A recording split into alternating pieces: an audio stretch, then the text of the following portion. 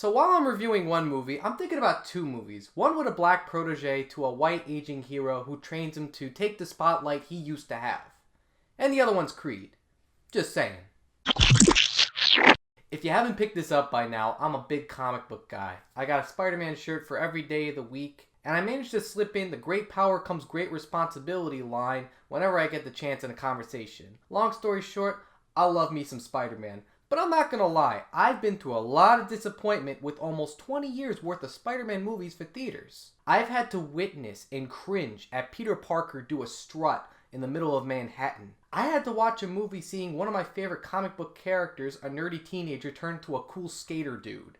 On top of the fact that I had to witness one of the coolest comic book villains of all time get reduced to, "Hey, Peter."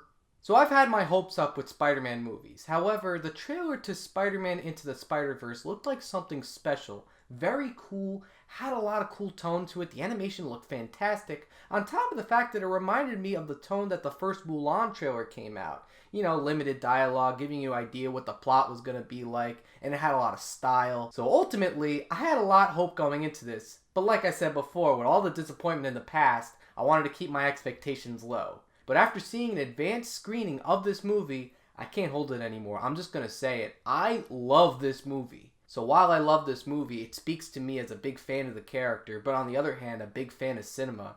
Is there a point where both of those collide and my judgment of the character overrides my judgment of the flaws that could be in this film?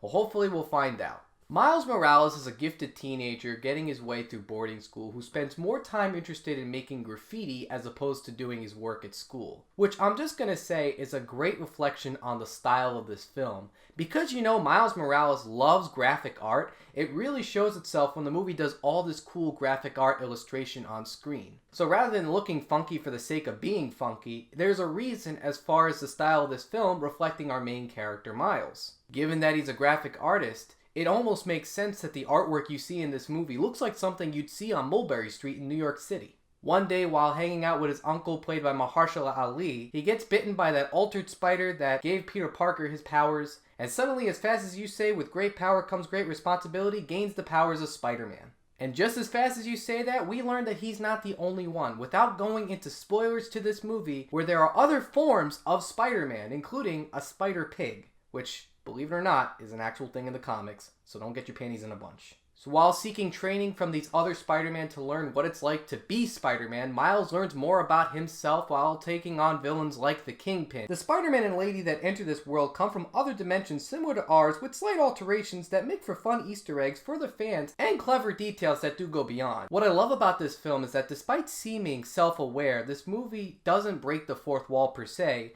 but it makes it aware that with Spider-Man having been around for so long, that there are going to be a lot of comic book tropes. And because a lot of these Spider-Man come from universes where the comic book tropes show up more than the ones that Miles exists in, comes for some very clever dialogue.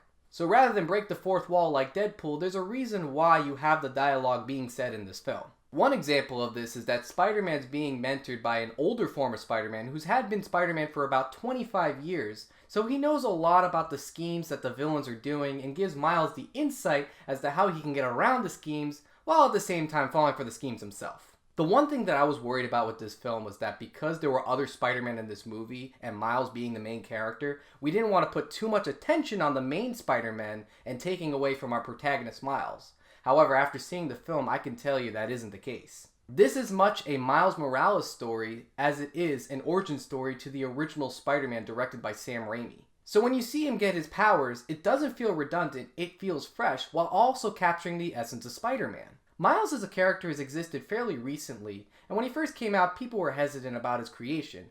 However, after the years, he's almost become just as respected as the main Spider-Man, Peter Parker. Because the movie is focused on Miles, what's great about it is that it gives us a chance to see his perspective of things while not derailing from it being a Spider-Man movie. Ultimately, Spider-Man as a character has a lot of big things in store for himself. What to do with this great power that seems like a blessing, but ultimately ends up being like a curse. Because at the end of the day, what makes Spider-Man so special is that he's like you and me. He's an everyman who has to deal with the struggles of being human, on top of the fact that he has a high expectation of doing the right thing. What even speaks to this even further is that even with the other Spider-Men who are more experienced than Miles coming in, trying to show this for him, realize that they don't even know what to do in certain circumstances, which only adds to the development of these characters, making it feel very fresh. When they struggle, we can see them struggling. When we see them fight, we know why they're fighting. And to me, that speaks so much to the character as well as it does to the story.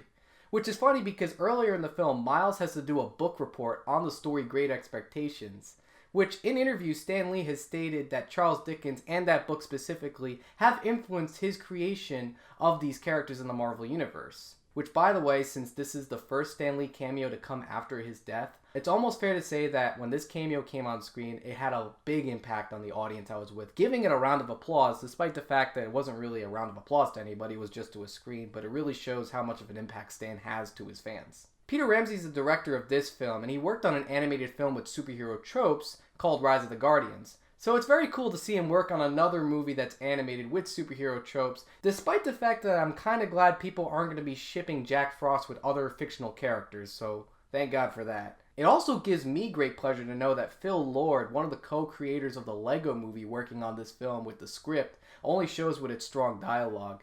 It's really reflective of the character and the style of this movie, to have something similar to say like the Lego Movie, ultimately focused on the character of Spider-Man.